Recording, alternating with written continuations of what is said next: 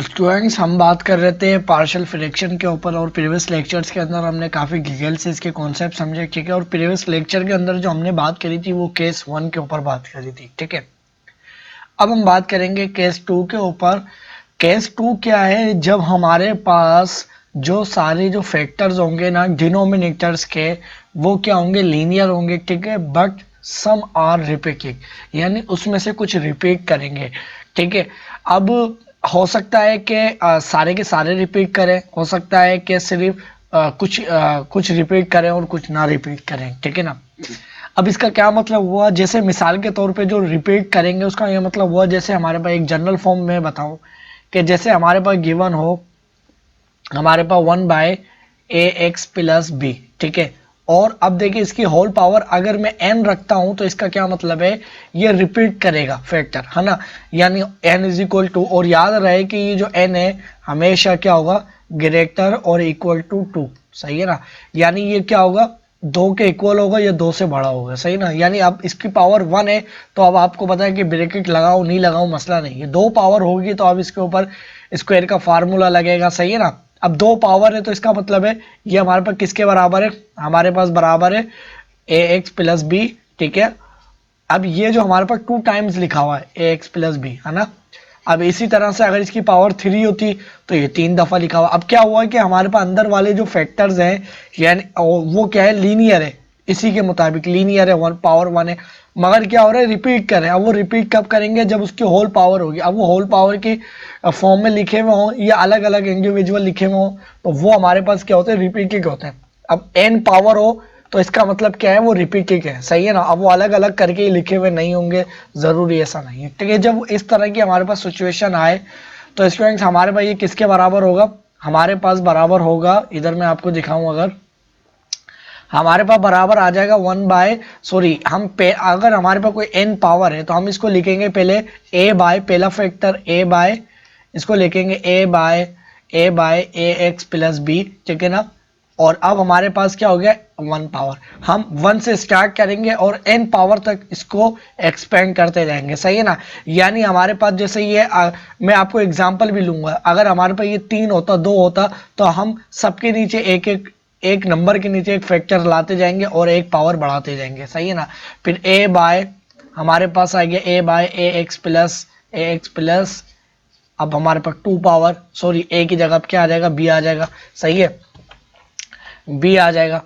सही है। इसी तरह से अब हमारे पास क्या आ जाएगा? c आ जाएगा। और हमारे पास क्या हो जाएगा? ax+b और n पावर 3। इसी तरीके से सो ऑन। और हमारे पास ये क्या हो जाएगा? ये आखिरी में जो भी अल्फाबेट बनेगा वो n आ जाएगा। सही है ना। वो नंबर, अब वो n नंबर आखिरी में आ जाएगा और हमारे पास क्या हो जाएगा? ax+b और n पावर। सही है। अब इसकी एग्जाम्पल, अब देखिए जरूर नहीं है कि सिर्फ n पावर वाला ही फैक्टर हो, इसके साथ अदर फैक्टर भी हो सकता है। यानी हमारे पास 2x+1 इस तरह ये फैक्टर भी हो सकता है। तो फिर उस ये वाले जब सारे फैक्टर हो जाएंगे फिर एक ये वाला फैक्टर भी है तो उसको आप क्या लिखोगे? कोई भी एक आप नंबर ले लोगे, इसके अंदर आप ले लोगे a1। सही है ना। a1 और ये वाला 2x+1 इसके नीचे आ जाएगा ये वाला फैक्टर। ठीक है। अब ये देखिए आपको बात अगर नहीं समझ में आ रही है तो कंफ्यूज होने वाली बात नहीं है। मैं एक एग्जांपल लूंगा, इससे आपको बेहतर आइडिया हो जाएगा। ठीक है।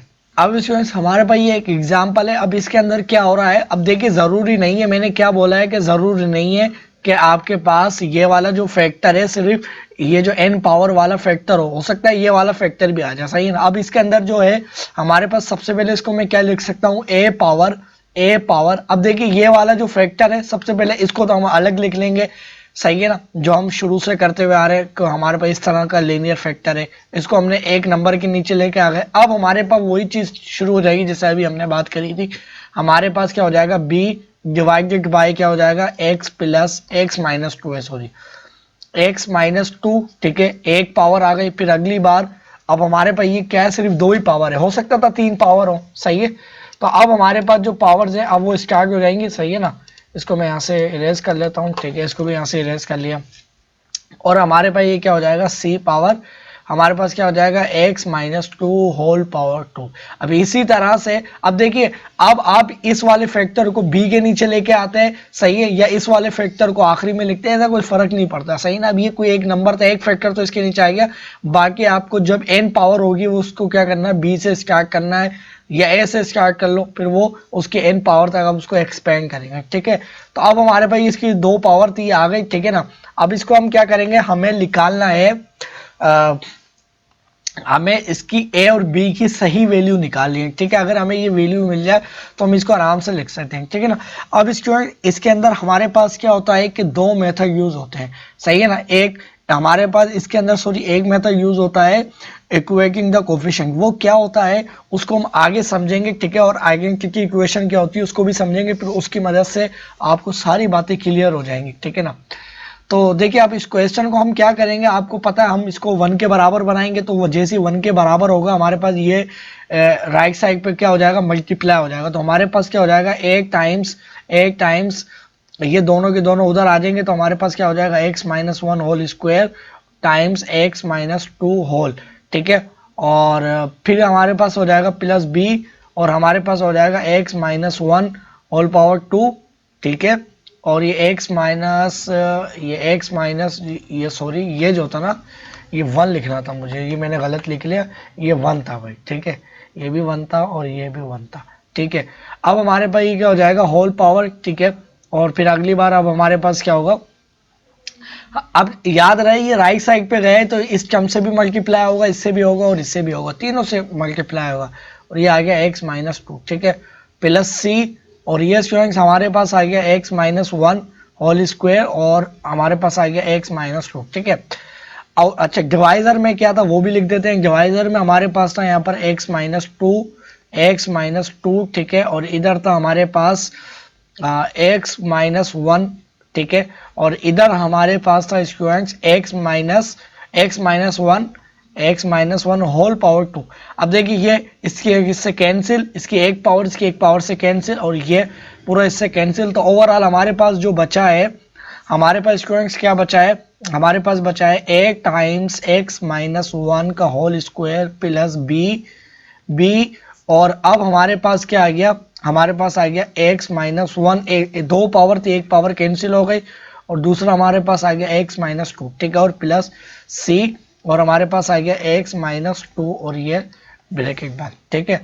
अब स्टूडेंट्स हमारे पास जो है ना, हम दोबारा से क्या करेंगे, जीरो मेथड रखेंगे, सही। अब आपको पता है कि अब देखिए जीरो मेथड जो है, आप सोच रहे होंगे यार हम जीरो मेथड क्या, यानी हम पहले ये जो हमारे पास 3 टर्म्स बनी है a b c वाली, इसके अंदर एक एक को हम क्या करेंगे, जीरो बनाएंगे, तो इसी तरीके से हमारे पास वैल्यूज आ जाएंगे। अब पहले किसको जीरो बनाए, तो देखिए अगर मैं इधर इसको जीरो बनाता हूँ x माइनस 1, तो x माइनस 1 जो ये जो a जो कोफिशिएंट है इसके साथ भी आ रहा है, इसके अंदर जो आ रहा है वो इसके अंदर भी है, ठीक है। और जो हमारे पास c के साथ जो फैक्टर है वो यानी a के साथ और c के साथ जो दोनों फैक्टर है वो b में मौजूद है, ये बात मैं कहना चाह रहा हूं।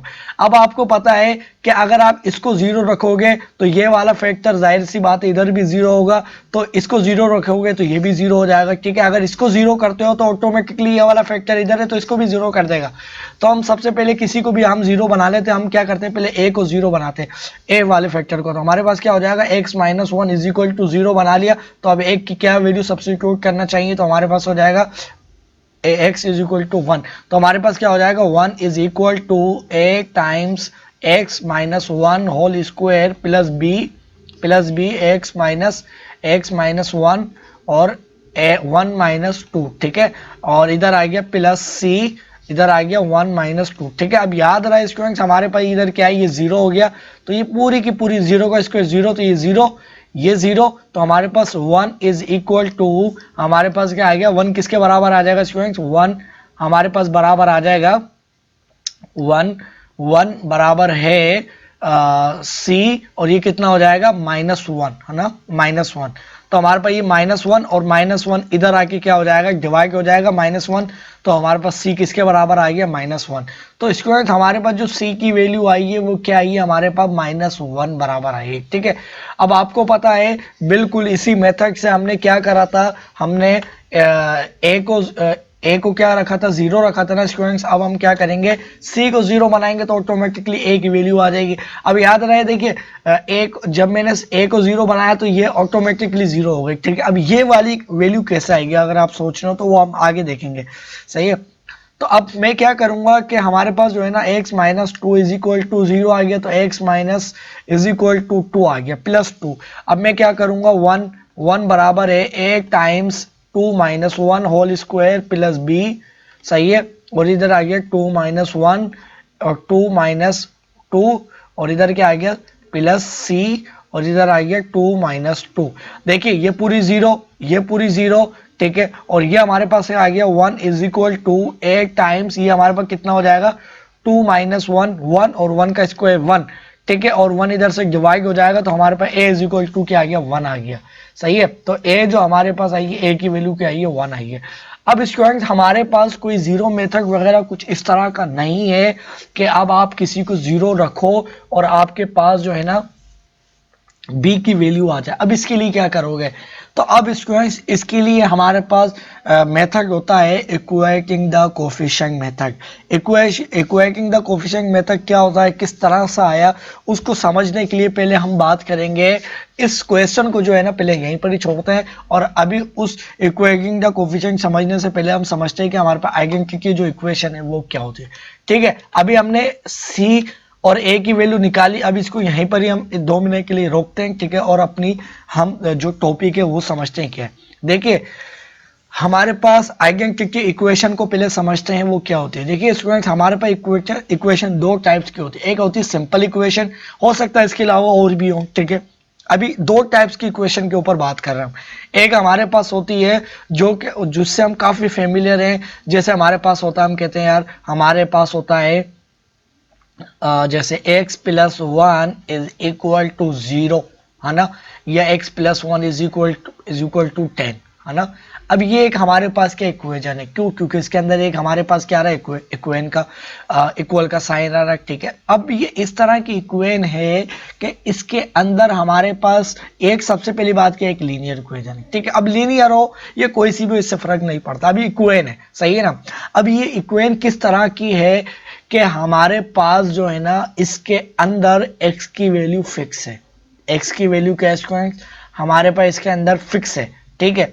फिक्स से क्या मुराद है कि हम इसकी कोई एक वैल्यू पुट कर सकते हैं x की, इसके अलावा कोई और वैल्यू पुट करेंगे x की, यानी मतलब ये कहना चाह रहा हूं इसके अंदर जो x की वैल्यू होगी वो सिर्फ कोई एक वैल्यू होगी x की, इसके अलावा कोई वैल्यू नहीं होगी। अब वो x की क्या वैल्यू होगी आपको पता है, ये 1 है, तो आपको पता है ये कितना होना चाहिए, ये 9 होना चाहिए, तो 9 प्लस 1 इज इक्वल टू 10 होता है। बिल्कुल ठीक बात है। अब तो हमें मालूम हो गया कि ये हमारे पास क्या है, एक इक्वेन है, एक सिंपल इक्वेन है, ठीक है ना। x इज इक्वल टू हमारे पास क्या 9 है, ठीक है। अब बताने का मकसद ये है कि आप इस इक्वेन के अंदर एक स्पेसिफिक x की वैल्यू है यानी 9 है, वो जो कि हमने देख ली है। इसके अलावा अगर आप कोई और वैल्यू पुट करोगे तो वो आपके पास क्या होगा, 10 के बराबर नहीं आएगा। अगर मैं करता हूँ इसकी जगह मैं 9 पुट करता हूं तो मेरे पास क्या आएगा, x इज इक्वल टू अगर मैं 2 रखता हूं तो मेरे पास क्या हो जाएगा, x 2 plus 1 is equal to 10 होगा, नहीं होगा। और इधर हमारे पास क्या आ रहा है, 10 आ रहा है, तो इसका मतलब है इधर 9 रखूंगा तो जब ही 10 आएगा। तो इस इक्वेन के अंदर जो x की वैल्यू है, खास वैल्यू, इसके अलावा और कोई वैल्यू नहीं है, तो ये एक सिंपल इक्वेशन कहलाती है, ठीक है। तो अब इसके मुकाबले में एक हमारे पास आती है आइडेंटिटी इक्वेशन। आइडेंटिटी इक्वेशन क्या होती है, देखिए थोड़ा सा इसके ऊपर एक और बात मैं ये कर लेता हूँ कि इसकी जो राइट वाली साइड है वो कब बराबर होगी लेफ्ट वाली के, जब आप इसके अंदर एक कोई खास वैल्यू x की 9 पुट करोगे जो कि हमने निकाली हुई। अब आइडेंटिटी इक्वेशन क्या होती है कि दोनों साइडों पर एक ही वैल्यू लिखी हुई होती है, बस क्या होता है अंदाज दूसरा होता है, ठीक है। किस तरह से उसका अंदाज होता है, जैसे मिसाल के तौर पर मैं कहूँ यार हमारे पास जो है ना 2x plus 1 is equal to 2x plus 2, ये दोनों, अब ये एक आइडेंटिटी इक्वेशन है, जो राइट साइड पे लिखा हुआ है वही लेफ्ट साइड पर लिखा हुआ है, सिर्फ फर्क क्या है, लिखने का ऑर्डर अलग है, अंदाज अलग है। कोई इसमें कोई ऐसा नहीं है कि वो कोई अलग चीज़ है। अब इसके अंदर और इसके अंदर ये फर्क है, इसके अंदर कोई भी x की एक वैल्यू पुट की जाएगी तो वो जब ही सेटिस्फाई होगी। अब ये दोनों आइडेंटिटी इक्वेशन है। आइडेंटिटी का क्या मतलब है कि सेम चीज़ उसकी बिल्कुल हूबहू वही चीज़ लिखी हुई है, तो इसका मतलब आप कोई भी वैल्यू पुट कर सकते हो। अगर x की वैल्यू में 1 रखता हूँ, x इज इक्वल टू 1, तो हमारे पास क्या हो जाएगा 2 टाइम्स 1 प्लस 1, ठीक है, और इज इक्वल टू 2, इधर क्या आ गया 1 आ गया और इधर क्या आ गया 2। अगर हम देखें तो 2 प्लस 2 और ये 2 मल्टीप्लाई टू 4 हो जाएगा, इज इक्वल टू, अगर मैं यहाँ से साफ से करके लिखूं तो ये इक्वल टू 4 ही आया। तो देखिए हमारे पास जो चीज राइट साइड पे लिखी हुई थी वही लेफ्ट साइड पे लिखी हुई थी, बस उसका अंदाज अलग था। आइडेंटिटी इक्वेशन क्या होती है कि सेम टू सेम चीज लिखी हुई होती है, बस अंदाज अलग होता है। यानी मैं आपको ऐसे बताऊं, जैसे हमारे पास लिखा हुआ हो 2x square divided by x is equal to 2x, ये दोनों चीजें सेम है, सही है। कैसे? अगर मैं x की वैल्यू ये वाली साइड और ये वाली साइड दोनों बराबर है, ये वाली साइड इसके कब बराबर होगी, जब आप x की एक खास वैल्यू पुट करोगे जो कि 9 है, और ये इस कंडीशन में ही इसी के बराबर है, आप चाहे कोई सी भी वैल्यू पुट कर लो, सही है। इसके अंदर जब आप 9 वैल्यू पुट करोगे जब ये इसके बराबर होगी, और ये अभी से इसी के बराबर है क्योंकि ये सेम टू सेम लिखा हुआ, अंदाज अलग है। वो कैसे? अगर इसको इससे कैंसिल करवाओ तो हमारे पास आ जाएगा 2x is equal to 2x, और इसी के अंदर जो है ना, अगर मैं x की value x is equal to 2 रखता हूं तो मेरे पास क्या हो जाएगा 2 square divided by 2 is equal to 2, और ये क्या आ जाएगा 2, तो 2 से कैंसिल, तो ये हमारे पास 4 आ गया, इज इक्वल टू ये क्या आ गया 4 आ गया। तो सेम टू सेम चीज है, कोई फर्क ही नहीं है। तो अब आपको थोड़ी सी क्या हो रहा होगा, आपको बात समझ में आ रही होगी। तो ये हमारे पास क्या होती है, आइडेंटिटी इक्वेशन होती है जो सेम टू सेम लिखी होती है, ठीक है। अब हम बात करते हैं कि हमारे पास जो है ना इक्वेटिंग द कोफिशिएंट मेथड क्या होता है, ठीक है। अब आपने काफी जगहों के अंदर काफी इक्वेटिंग द कोफिशिएंट जो मेथड एक्चुअल होता ये है कि अगर मैं आपको एक एग्जांपल दूं, जैसे हमारे पास लिखा हुआ हो 4x स्क्वायर, ठीक है, और प्लस 7x, ठीक है, और -2, ठीक है, ये एक हमारे पास लिखा हुआ हो और ये बोल रहा हो कि हमारे पास जो है ना इस इक्वेशन का एक फैक्टर जो है ना वो हमारे पास क्या है, ax प्लस 2, ये फैक्टर है। अब दूसरा क्या फैक्टर है वो आपको निकालना है। इक्वेटिंग द कोफिशिएंट मेथड के ऊपर बात कर रहा हूं। अब देखिए अब फैक्टर क्या हो रहा है, ये क्या बात कर रहा हूँ, जरा मैं आपको एक बात समझाता हूँ। जैसे हमारे पास डिवीजन फॉर्म में एक चीज लिखी हुई है, मैं कह रहा हूँ कि मेरे पास है लेट्स सपोज 21 डिवाइडेड बाय 3 करता हूँ, तो मैं इसको कितनी दफा पढ़ूंगा, मैं 3 को 7 दफा पढ़ूंगा तो मेरे पास कितना आ जाएगा 21 आ जाएगा, ठीक है। अब मेरे पास रिजल्ट क्या आया 0 आया, तो हमारे पास 21 जो है ना 21 इज इक्वल टू, मेरे पास क्या था, मेरे पास एक 3 गिवन था, यानी मेरे पास लिखा हुआ था 2/1 डिवाइडेड बाय 3 लिखा हुआ था, यानी मेरे पास जो है ना एक फैक्टर तो ये इसका आ गया। अब दूसरा फैक्टर जो आया वो क्या है 7 आया है, तो यानी मेरे पास क्या था 3 मौजूद था, और अगर मैं ये एक फैक्टर मौजूद था, अब वो दूसरा कौन सा फैक्टर है वो जिससे मेरे पास 21 आएगा, तो वो हमारे पास क्या है 7 है। अब ये एक इसका फैक्टर है, तो अब दूसरा फैक्टर कैसा आएगा, अगर मैं इस पूरी इक्वेशन को डिवाइड करवा लूं इसके ऊपर, है ना, यानी हमारे पास ये 21 लिखा हुआ है और ये साथ में इसका एक फैक्टर लिखा हुआ था और 7 मिस था, तो हमने क्या करा इस 21 को डिवाइड करवा लिया, है ना, 3 के ऊपर। तो इसी तरह से इस इक्वेशन को आप इससे डिवाइड करवा लो तो आपके पास वो फैक्टर आ जाएगा। एक तो ये मेथड है, सही है। एक मेथड तो हमारे पास ये वाला। अब वो मेथड क्या है, लॉन्ग डिवीजन मेथड जो होता है, मैंने बताया इसी लेक्चर के अंदर और मैट्रिक लेवल के अंदर भी बताया, वो मैं यहाँ पर भी बता देता हूँ। क्या होगा हमारे पास x प्लस 2, ठीक है, और ये इक्वेशन लिख दिया, हमारे पास आ गया 4x स्क्वायर 7x -2। तो हम क्या करते हैं कि पहले हम इसको किससे मल्टीप्लाई, इस x को जो हमारे पास 4x आ जाए, तो हम 4x से मल्टीप्लाई करवाएंगे इस x को, तो हमारे पास क्या आएगा 4x स्क्वायर आ जाएगा।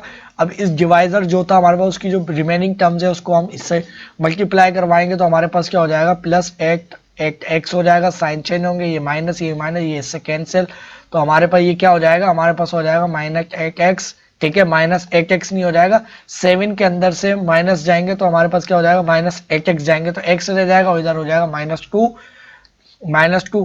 अब मैं जो है ना x को किससे मल्टीप्लाई करवाऊं, x को अगर मैं -1 से मल्टीप्लाई करवाता हूं तो मेरे पास क्या आ जाएगा, -x आ जाएगा, और रिमेनिंग ये से मल्टीप्लाई होगा तो हमारे पास क्या आ जाएगा, -2। सही है, तो हमारे पास क्या आ गया, ये साइन हमारे पास क्या होगा, ये प्लस हो जाएगा, ये भी प्लस हो जाएगा, तो इससे कैंसिल, ये इससे कैंसिल, तो हमारे पास फैक्टर क्या आया, हमारे पास आ गया 4x - 1।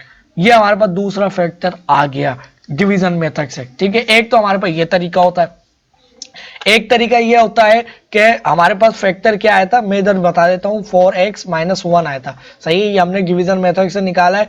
ठीक है, एक फैक्टर हमारे, अब देखिए प्रोवाइडेड दैट कि उसका वो पूरी तरह से क्या हो, उसका जो रिजल्टेंट हो वो 0 हो, यानी अगर मैं 21 को डिवाइड करवाता हूँ 3 के ऊपर तो ये पूरी तरह से डिविजिबल है 3 के ऊपर, जब जाके मेरे पास आएगा। तो अगर ये जैसे अब मैं 20 को डिवाइड करवाऊं, 20 को डिवाइड करवा लूं तो अब मेरे पास क्या आएगा, अब मेरे पास 21 नहीं आएगा, मेरे पास क्या आएगा, 18 आएगा। तो मेरे पास क्या हो जाएगा, 6। तो मेरे पास क्या हो जाएगा, ये दो फैक्टर बन गए, यानी 6 × 3 प्लस क्या बच रहा है, इधर 2 बच रहा है। सही है ना, तो और इधर मैं क्या लिख सकता हूँ, +2 इज इक्वल टू क्या आ जाएगा, 18 + 2 ये 20 बन गया। तो एक ये मैं बता रहा हूँ पूरी तरह से डिवाइजेबल होना चाहिए। एक तरीका ये कि आप इसको फैक्टराइज कर लो, फैक्टराइज करने का तरीका बिल्कुल आसान है। अगर मैं इसको इससे मल्टीप्लाई करवाता हूँ, फैक्टराइज यानी मिड-टर्म ब्रैकेट जो होता है, इसको इससे मल्टीप्लाई करवा लो तो इन दोनों का प्रोडक्ट क्या होता है, हमारे पास हो जाएगा -8x, 8x स्क्वायर होता है ना, तो इस वाली को इस तरह से ब्रेक करना है कि इन दोनों के प्रोडक्ट के बराबर हो।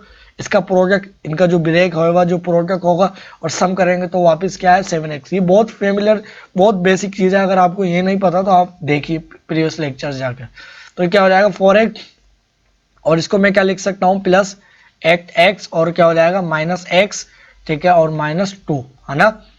और देखिए अब हमारे पास इसको मैं क्या कर सकता हूँ, अगर 4x अगर मैं कॉमन लेता हूँ तो हमारे पास क्या बचेगा, x। ठीक है, x अगर मेरे पास सिर्फ x बचा है और इधर क्या बचेगा, 2 बचेगा, है ना। और अगर इधर से मैं -1 कॉमन लेता हूँ तो -1 कॉमन लेने के बाद मेरे पास क्या बचेगा, इधर बचेगा x + 2। ठीक है, तो हमारे पास क्या हो जाएगा, 4x - 1, और दूसरा फैक्टर आ जाएगा x + 2। तो देखिए दोनों के दोनों फैक्टर मैंने ऐसे ही निकाले, एक फैक्टर तो हमारे पास गिवन था, दूसरा फैक्टर ये खुद ही आ गया, ये वाला जो कि मैंने निकाला हुआ था। अब तीसरा जो तरीका होता है, देखिए सिर्फ 3 तरीके नहीं, बहुत सारे तरीके। इक्वेटिंग द कोफिशिएंट मेथड होता है कि अब ये एक हमारे पास क्या लिखी हुई है, एक आइडेंटिटी इक्वेशन लिखी हुई है, यानी जो चीज लेफ्ट साइड पर लिखी हुई है वही राइट साइड पर लिखी हुई है, सिर्फ फर्क क्या है, इधर हमारे पास क्या है, 4x - 1। ठीक है ना, यानी इधर हमारे पास वो मल्टीप्लाई हुई हुई है, इधर फैक्टर फॉर्म में लिखी हुई है, यानी दो फैक्टर फॉर्म में लिखे हुए, यानी मैं क्या लिख सकता हूँ, 20 = 5 × 4, यानी एक आइडेंटिटी इक्वेशन है। इधर जो चीज लिखी हुई है वही लेफ्ट साइड पर लिखी हुई है, बस लिखने का अंदाज अलग है, तो यही चीज है।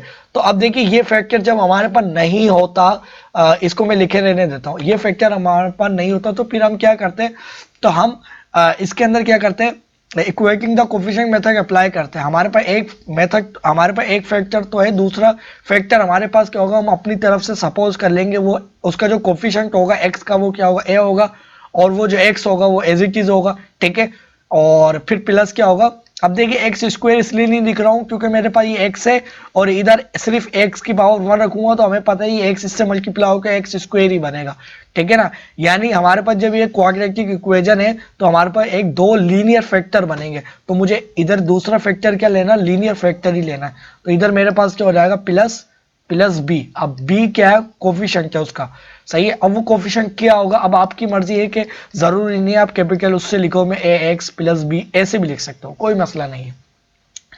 अब इसके अंदर जो है ना, अब ये दोनों की दोनों चीजें सेम टू सेम लिखी हुई है, सिर्फ ये फैक्टर फॉर्म में, ये फैक्टर फॉर्म में नहीं है। सही है ना, अब जब हमें a की और b की अगर सही वैल्यू मिल जाए तो हम बिल्कुल इसको आसानी से लिख सकते हैं। ठीक है ना, अब हमें तो यहाँ पर तो पता है कि इधर जो a है वो क्या होगा, 4 होगा, और इधर a क्या होगा, b क्या होगा, -1। इधर हमने पहले ही निकाला हुआ, मगर अब इक्वेटिंग द कोफिशिएंट मेथड देखते हैं, तो उसमें क्या होगा, 4x² + 7x -2 is equal to, इधर हमारे पास क्या होगा, हम इसको मल्टीप्लाई करवा लेंगे, बिल्कुल इसी फॉर्म में लेकर आएंगे मल्टीप्लाई करवा के, तो x इससे भी मल्टीप्लाई होगा और इससे भी, तो x जब इससे मल्टीप्लाई होगा तो हमारे पास क्या हो जाएगा, ax²।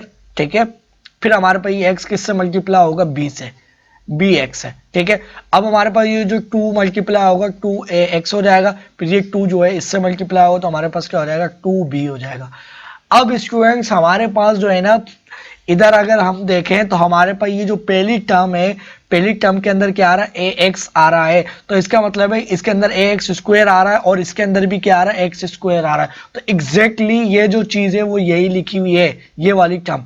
बकाया वाली को अभी बाद में देखेंगे। तो इसका मतलब है कि ये वाला जो a है वो किसके बराबर होगा, वो इसके ही बराबर होगा। तो हमारे पास क्या आ गया students, a is equal to 4, जो कि हमने पहले ही निकाला हुआ था। अब स्टूडेंट्स हमारे पास जो है ना इधर x भी लिखा हुआ है, उधर इधर हमारे पास 2-3 वैल्यू लिखी हुई है। अब हमारे पास इधर और मसला हो रहा है, तो अब इधर यानी हमारे पास ये जो हम क्या बोले यार, इधर तो हमारे पास x के साथ जो है 7 है, तो ये चीज 7 के बराबर है या ये भी 7 के बराबर है। तो अब क्या करें, तो इधर तो 2x की वैल्यू आ रही है, हमें तो सिर्फ x की एक वैल्यू लानी है। तो अब हम क्या करेंगे, इधर लिखेंगे x स्क्वायर प्लस इधर इसके अंदर भी x कॉमन है, इसके अंदर भी x कॉमन है। तो हम अगर मैं x कॉमन ले लूं तो x कॉमन ले लूं तो मेरे पास क्या बचेगा b, मेरे पास क्या बचेगा 2a प्लस b बचेगा, सही है, और प्लस 2b बचेगा, है ना। अब स्टूडेंट्स हमारे पास जो है ना ये x मौजूद है, ठीक है, ये x मौजूद है ना हमारे पास, x तो हमारे पास मौजूद है। और अब हमारे पास जो x के साथ जो लिखा हुआ है 2a plus b is equal to किसके बराबर होगा 7 के, ये 7 के बराबर होगा। अब आपको a की वैल्यू मालूम है तो आप क्या कर सकते हो, 2 इधर a की वैल्यू जो हमने निकाली थी क्या 4 है, और plus b is equal to 7, और अब हमारे पास क्या हो जाएगा 8 plus b is equal to 7 और b इज इक्वल टू ये जाके हमारे पास क्या हो जाएगा -8 हो जाएगा ना। तो हमारे पास क्या बचेगा -1 बचेगा, ठीक है। तो हमारे पास b की वैल्यू भी आ गई इज इक्वल टू -1, ठीक है। आप यहां से भी देख सकते हो b की वैल्यू, अगर यहां से देखिए हमने आपको नहीं समझ में आ रहा है तो ये देखिए ये हमने इसको अलजबरा लगा के निकाली, और आप डायरेक्टली भी निकाल सकते हो, ठीक है। डायरेक्टली कैसे निकाल सकते हो कि ये वाली जो वैल्यू है ये 7 जो है वो इसके बराबर है ना, यानी हमारे पास ये 4 है। अगर मैं दूसरे कलर से लिखूं, ये हमारे पास क्या है 4 लिखा हुआ है, ये हमारे पास क्या लिखा हुआ है 7 लिखा हुआ है। अब ये जो हमारे पास इधर क्या लिखा हुआ है, ये जो हमारे पास कांस्टेंट है b, वो किसका बराबर है स्टूडेंट, वो हमारे पास बराबर है इस -2 के, यानी b इधर क्या लिखा हुआ है b2 लिखा हुआ है ना, यानी b ये आखिरी में b2 के हमारे पास c कांस्टेंट लिखा हुआ है बेसिकली। तो ये इधर क्या है, अब ये वाला 2 इसको मत देखिए, ये पूरे का पूरा जो है वो इसी के बराबर होगा, ये 2 भी किसके बराबर होगा इज इक्वल टू -2। आपको पता है कि 2 इधर भी डिवाइड करवाएंगे, 2 इधर भी, तो 2 से डिवाइड होगा 2 से, तो हमारे पास क्या हो जाएगा b इज इक्वल टू -1। अब यहां से भी निकाल ली हमने और यहां से भी निकाल ली, तो ये होता है इक्वेटिंग द कोएफिशिएंट मेथड के सेम टू सेम चीज लिखी हुई होती है, बस उसको हम क्या करते हैं उसकी फॉर्म में लेकर आते हैं एग्जैक्ट उसी की, फिर हम बोलते हैं यार ये चीज इसी की तो ये इसकी होगी, ये वाला कोएफिशिएंट इसके, बिल्कुल सेम टू सेम बनाते हैं, ठीक है ना। आइडेंटिटी की इक्वेशन होती है फिर, और जो वैल्यू उसके सेम लिखी हुई होती है वो उसके बराबर होती है, ठीक है। आई होप कि आपको ये सारी चीजें क्लियर हो गई होंगी। अब हम अपनी बात की तरफ चलते हैं जो कि हम निकाल रहे थे, ठीक है। अब स्टूडेंट्स हमारे पास जो है ना हमने c और a की वैल्यू तो निकाली, हमें इसकी वैल्यू निकालनी है, सही। अब हमें पता है कि इसको हमने 0 कर लिया, इसको 0 कर लिया। अब इन दोनों में से मैं किसी को भी 0 कर रहा हूं तो ऑटोमेटिकली ये भी 0 हो रही है, तो अब हमारे पास कोई मेथड नहीं है। तो अब हम क्या करेंगे 1 इज इक्वल टू, इसको क्या कर लेंगे, इसको हम कर लेंगे, बल्कि मुझे क्या चाहिए b चाहिए, है ना। मुझे जब b चाहिए तो मैं क्या करूंगा, इस वाले फैक्ट ये पूरी टर्म को और ये वाली पूरी टर्म को उठा करके कहां पर लेके आऊंगा लेफ्ट साइड पर। तो लेफ्ट साइड पर जब आऊंगा तो ये मेरे पास क्या हो जाएगा ax -1 का whole square minus c x -2 क्या हो जाएगा, और इज इक्वल टू हमारे पास ये चीज क्या हो जाएगी, ये चीज हमारे पास हो जाएगी स्टूडेंट्स, हमारे पास हो जाएगी bx -1, ठीक है, और ये हमारे पास आ गया x -2, ठीक है। अब स्टूडेंट्स हमारे पास जो है ना हमें क्या करना है कि ये जो bx वाली जो टर्म है इसको मैं इधर लिख लेता हूँ यहाँ पर करके, और जरा आपको पता आगे पीछे करके लिख सकते हैं, ठीक है ना। मैंने पहले से नहीं लिखा ताकि आपके कंफ्यूज ना हो आप, ठीक है। और ये इक्वल टू हमारे पास क्या आ जाएगा -1। अब a की क्या वैल्यू, a की वैल्यू 1 है, और 1 आपको पता है इनसे मल्टीप्लाई होगी यही वैल्यू आएगी, ठीक है ना। तो 1 को मैं खत्म कर लेता हूँ और इस स्क्वायर को ओपन कर लेता हूँ, एक्स स्क्वायर हो जाएगा प्लस 1 का स्क्वायर 1, फिर हमारे पास क्या हो गया -2, ए के हमारे पास एक्स है तो ये ए आ गया और बी के हमारे पास 1 है तो यही वैल्यू आ जाएगी, ठीक है। अब मैंने ब्रैकेट इसलिए लगाया है कि ये जो माइनस साइन जो है ना ये मल्टीप्लाई होगा, क्योंकि माइनस +1 था वो तो मल्टीप्लाई हो जाएगा तो वही वैल्यू आएगी, मगर ये माइनस साइन भी होगा, ठीक है। उसके बाद क्या है -c, ठीक है। अब हमारे पास -c क्या है, तो अगर मैं जो है ना ब्रैकेट इधर लगा दूं ऐसे, और हमें पता है कि हमारे पास जो है ना c की वैल्यू क्या है -1, तो -1 मल्टीप्लाई किससे हो रहा है, ये वाला साइन अलग और c वाले जो वैल्यू है वो मैंने अंदर करके लिखी हुई, और ब्रैकेट के अंदर क्या है x -2, और ये इससे भी मल्टीप्लाई होगा इसको भी, तो इसको माइनस कर देगा इसको प्लस कर देगा, ठीक है। या ओवरऑल ये वाला जो साइन है इसको मल्टीप्लाई कर देगा, ठीक है ना, आपके जैसे मर्जी। तो हम इसको क्या लिख सकते हैं, इसको x माइनस एक्स और +2, ठीक है। और ये इससे मल्टीप्लाई होगा तो ओवरऑल हमारे पास क्या हो जाएगा, जो पहले लिखा हुआ था वही सब कुछ आ जाएगा, यानी हमारे पास क्या हो जाएगा x प्लस और -2, है ना, जो पहले ही लिखा हुआ था, ठीक है। अब हमारे पास अब स्टूडेंट्स हमारे पास जो है ना देखिए, हमारे पास अगर इन दोनों को मैं मल्टीप्लाई करवा लूँ इन दोनों टर्म्स को, तो हमारे पास क्या हो जाएगा b, और b को अगर मैं बाहर यहाँ पर करके लिखूं तो हमारे पास ये क्या रह जाएगा, ये हो जाएगा एक्स स्क्वायर, ये एक्स स्क्वायर से मल्टीप्लाई हुआ क्या आ गया, एक्स स्क्वायर आ गया, ठीक है। फिर ये वाला जो है ये क्या होगा -2x हो जाएगा, है ना। फिर हमारे पास ये वाला जो -1 इससे मल्टीप्लाई होगा तो -x आ जाएगा, और ये इससे मल्टीप्लाई होगा तो क्या हो जाएगा +3 हो जाएगा, ओ +2 हो जाएगा, है ना, +2। एक बार और देख लेते हैं, -x² हो जाएगा, फिर ये इससे स्क्वायर होगा तो -2x हो जाएगा, ठीक है। और ये जो हमारे पास -1 है इससे मल्टीप्लाई होगा तो -x हो जाएगा, और ये इससे मल्टीप्लाई होगा तो +2 हो जाएगा, ठीक है, क्लियर है। अब इसके बाद स्टूडेंट्स हमारे पास है -1, अब इन सब से मल्टीप्लाई होगा तो हमारे पास क्या हो जाएगा, x² माइनस में प्लस, ये हमारे पास क्या हो जाएगा, ये भी माइनस में क्या हो जाएगा 1 हो जाएगा, ठीक है। और ये क्या हो जाएगा +2x हो जाएगा, और ये क्या हो जाएगा +x -2, क्लियर है। ये देखिए ये प्लस और ये माइनस इससे कैंसिल, ठीक है। और अब स्टूडेंट्स हमारे पास जो है ना सिर्फ क्या रह जाएगा, हमारे पास रह जाएगा b, हमारे पास क्या रह जाएगा bx², ठीक है, -2x माइनस, अब देखिए इसके अंदर क्या हो रहा है, इधर है जो हमारे पास जो है ना ये कितना हो जाएगा 3x हो जाएगा, सही है। और 3x के साथ पहले मैं क्या लिखूंगा b3x, ठीक है, और प्लस b2, है ना, इज इक्वल टू, इधर क्या हो जाएगा -x², और अब स्टूडेंट्स हमारे पास जो है ना इधर क्या बचा है माइनस, इधर क्या तो कितना हो जाएगा -3x हो जाएगा और +3x, तो +3x, और ये हमारे पास क्या -2, ठीक है। अब स्टूडेंट्स हमारे पास ये दोनों की दोनों सेम इक्वेशन, दोनों सेम लिखी हुई है, एक इक्विवेलेंट फॉर्म आ गई है ना, एक तो होता है इक्वल, सही है ना, यानी सेम टू सेम लिखी हुई हो। अब हमारे पास क्या होता है, जैसे इक्विवेलेंट का क्या मतलब होता है, इधर लिखा हुआ है 3 + 1 + 2, इधर लिखा हुआ है a + b + c, है ना, तो ये इक्विवेलेंट है, इक्वल नहीं है अभी, क्योंकि इधर भी 3 नंबर है इधर भी 3 वैल्यूज है, सही है। तो ये इक्विवेलेंट आ गई है, अब देखो तो आप बिल्कुल सेम टू सेम लग रही है। तो अब ये हमारे पास इधर x² है, इधर भी x² है, तो इधर x के साथ जो हमारे पास जो कोफिशिएंट है वो क्या है -1 है, तो ये b = क्या आ गया हमारे पास -1 आ गया, b = -1 आ गया। अगर आप यहां से नहीं देख रहे तो आप यहां से भी देख लो, इधर क्या लिखा हुआ है x लिखा हुआ है, और इधर क्या लिखा हुआ है x लिखा हुआ है, तो इधर x के साथ क्या कोफिशिएंट है 3 है, तो और इसके साथ जो x के साथ जो वैल्यू लिखी हुई है वो क्या है -b3 है ना। तो इसका मतलब है ये वाली चीज ओवरऑल आपस में बराबर है ना, ऐसा ही है ना। तो मैं क्या लिख सकता हूँ 3x = -b3x, है ना। तो ये देखिए x से कैंसिल हो जाएगा, ठीक है, और माइनस जो 3 है देखिए, यानी हमारे पास जो है ना -3x डिवाइड होगा, ये डिवाइड होगा तो हमारे पास ये भी माइनस में होगा और ये प्लस हो जाएगा, तो b = -1, यहां से भी देख सकते हो, ठीक है। अगर यहां से समझ में नहीं आ रहा तो आप यहां से भी देख सकते हो, सही है ना।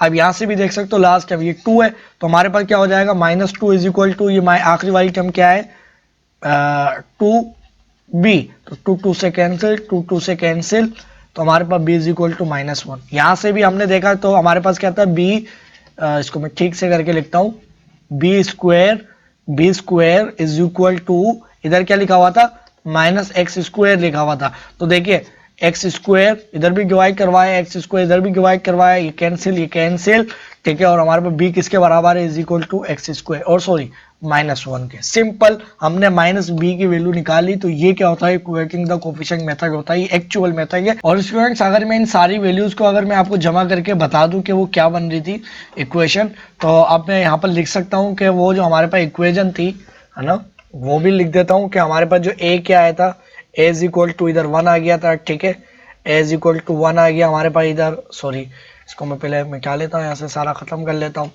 तो a इज इक्वल टू हमारे पास क्या आया, 1 आया, सही है, और b इज इक्वल टू हमारे पास क्या आया, -1 आया, ठीक है। अब -1 आप इसको प्लस करके -1 यहाँ लिख लो या वहाँ लिख लो, बात एक ही है, फर्क नहीं पड़ता।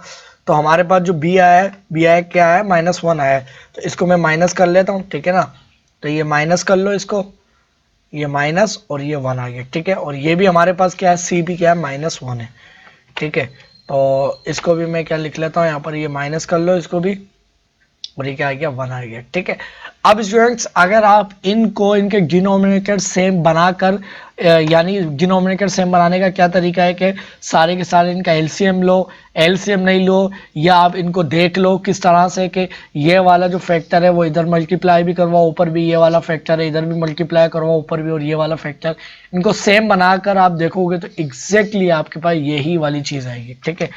और स्टूडेंट्स हमारे पास जो है ना, देखिए अब मैं बता रहा हूँ, जो इंटीग्रेशन वाले स्टूडेंट्स हैं अब वो समझ गए होंगे इस चीज़ को कि अगर हम इस चीज़ को इंटीग्रेट हमें करने को मिलता तो ये बहुत मुश्किल था। अब इसको अलग इंटीग्रेट करना, इसको अलग इंटीग्रेट करना, इसको अलग, तो ये बहुत आसान हो गया, ठीक है। तो अब हम बात करते हैं नेक्स्ट टॉपिक के ऊपर।